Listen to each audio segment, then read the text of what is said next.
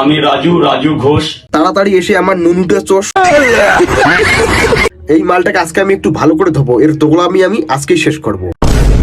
আমাকে রাজনীতির মধ্যে এনো না, আমি কোনো রাজনীতিবিদ না, আমি খেটে খাওয়া একজন মানুষ। আরে চোদনা, তুই খেটে খাওয়া মানুষ না, তুই হলি চেটে খাওয়া মানুষ, তার প্রমাণ দিচ্ছি দেখো। জয় বাংলা, জয় মামাটি মানুষ, জয় মমতা ব্যানার্জি। দেখলে তোমাদের প্রিয় রাজু দা খেটে খাওয়া মানুষকে? এই রাজুর মতো দোগলা চোদা মাল আমি এখনো দেখিনি। এই মালটা যে মানুষকে এত সুন্দরভাবে চুতিয়ে বানাচ্ছে, এর কাছে বড় বড় নেতারাও হার মানবে। একবার বলে আমি কোনো পার্টি পলিটিক্স করি না, আর একবার পোদের মধ্যে আঙ্গুল ঢুকিয়ে চিল্লাচ্ছে জয় বাংলা বলে। আমি হাত জোর করে বলছি, আমি তৃণমূল করি, আমি মামাটি সরকারের ছেলে। তুই মা মাটি সরকার ছেলে না, তুই হলি একটা পাক্কা খানকির ছেলে। আমি বিজনেসের জায়গায় কোনো পলিটিক্যাল আনবো না। আচ্ছা, বিজনেসের জায়গায় পলিটিক্স আনবি না, তাহলে এখানে কি করতেছিস? জয় বাংলা, জয় মামাটি মানুষ।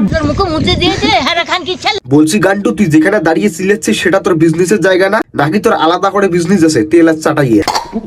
এটা বাস্তব কথা, কিছু কন্টেন্ট ক্রিয়েটারের জন্য আমার এই জায়গায় পড়তে হয়, আমি দোষী হই। আচ্ছা দাদা, কিছু কন্টেন্ট ক্রিয়েটারের জন্য তোমাকে দোষী হতে হয়। তা বলছি, তুমি কি হালকা করে পাগলা সুদা আছো নাকি বোকা সুদা আছো? তোমাকে যদি কোনো কন্টেন্ট ক্রিয়েটার বলে যে রাজুদা একটু গু খাও, তাহলে কি তুমি গু খাবে? তোমার মাথায় কি কোনো বুদ্ধি নেই? আর শোনো রাজুদা, এখন তুমি যতটা সাদা সিধে হওয়ার চেষ্টা করতেছো না, তুমি ততটাও সাদা না, তুমি হলে একটা পাক্কা খিলেরি মাল।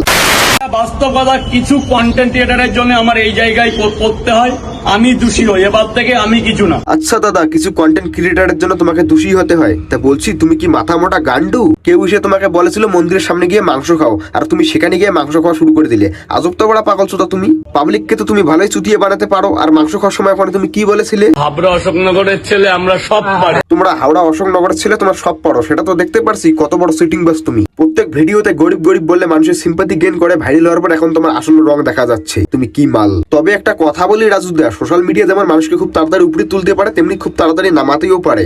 সাবধানে থেকো রাজুদা। কিছুদিন ধরে কিছু কথা সোশ্যাল মিডিয়ায় আসছে যে আমি জয় শ্রীরাম বলিনি কিংবা জয় বাংলা বলেছি। আমি সত্যিই আমি ভুল করেছি। আমি আবেগে মত্ত হয়ে কিংবা কিছু কন্টেন্ট ক্রিয়েটারদের পাল্লায় পড়ে।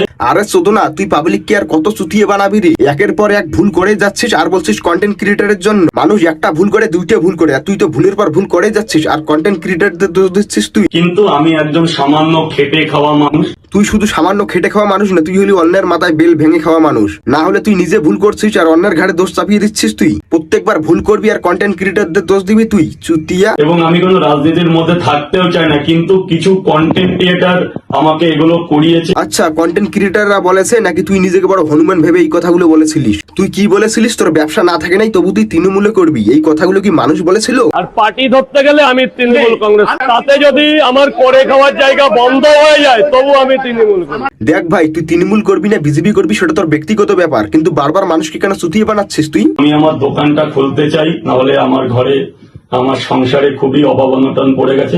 এই কথাগুলো তোর আগে ভাবা উচিত ছিল, তখন বড় বড় ডায়লগ দিয়েছিস তোর ব্যবসা না থাকলেও চলবে।